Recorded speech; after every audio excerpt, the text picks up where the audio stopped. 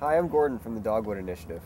You might have heard about the story that broke yesterday about the CRD buying up patches of land in the Juan de Fuca region. And I'm here with Vicky Husband today just to chat about some of the details and let you know what's going on behind the scenes with this story. So, Vicky, huge purchase for the CRD. They bought 2,300 hectares of land, mostly in the Juan de Fuca area. What can you tell us about that? I think this is incredibly bold leadership gesture by the CRD board, the chair of the board and the chair of the Parks Committee to actually set a real vision for southern Vancouver Island. It was, I think, the fault of the province that we got into this disaster in the first place when they privatized 24,000 hectares of land on the island. Can you tell us a little bit about that decision and the ramifications since then? Well, it was 3 years ago with the former Forest Minister Rich Coleman, and the government, the provincial government, clearly acted in the interest of a private forest company and not in the public interest, and that was confirmed with the Auditor General's report. There's never been an apology or an admittance by the provincial government that they made the wrong moves, but it's very clear to the public that they did.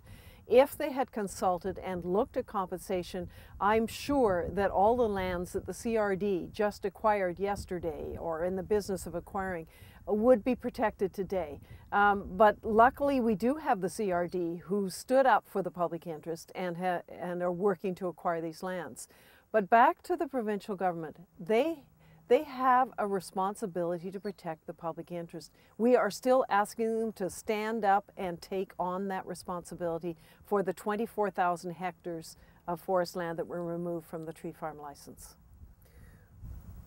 The University of British Columbia has just come forward with a really progressive proposal to buy up all of that area, all 24,000 hectares they were trying to purchase. And we're told that they need a little bit of help from the province to do that. And I know you're on the inside with Steve and Owen on that. So can you tell us a little bit about what UBC is trying to do and the type of assistance they need? Well, it's all behind the scenes, and because there are other issues for UBC. But really, it is the UBC proposal to turn all of these lands into a research forest for students and for research and ecological practices and protection of old growth and sensitive ecosystems and protecting, obviously, drinking water, watersheds that are at risk. They also felt that it would be an opportunity for the BC government to step in and look after some of the land claim issues of the nations living in these areas. And they had hoped that they would step up to the plate, but the provincial government has not done so. And there's also a borrowing issue.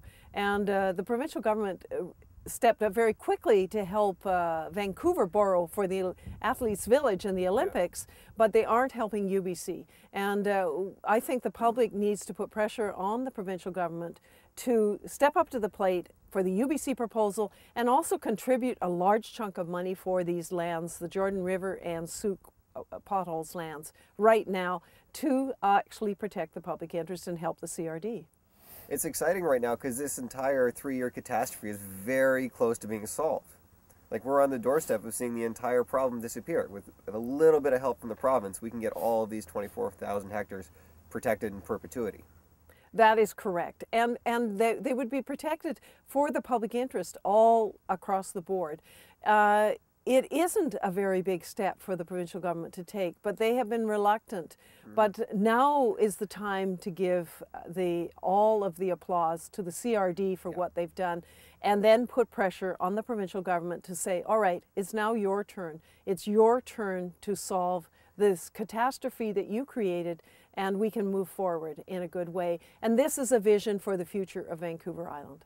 A lot of us have bigger visions for the future of Vancouver Island. It's an iconic area, and it has significance to all of us that live here, but all of us really across North America. So if we're going to think about this in a 20 or 30-year picture, what are we imagining for the area? Well, I'm actually thinking in a 100-year picture at the very least, because this is how we have to look forward. And my vision, I was born and grew up on Vancouver Island. It's my island, as I always say, and I fought for it, and I fought for old growth forests and protection of Clackwood Sound and things like that.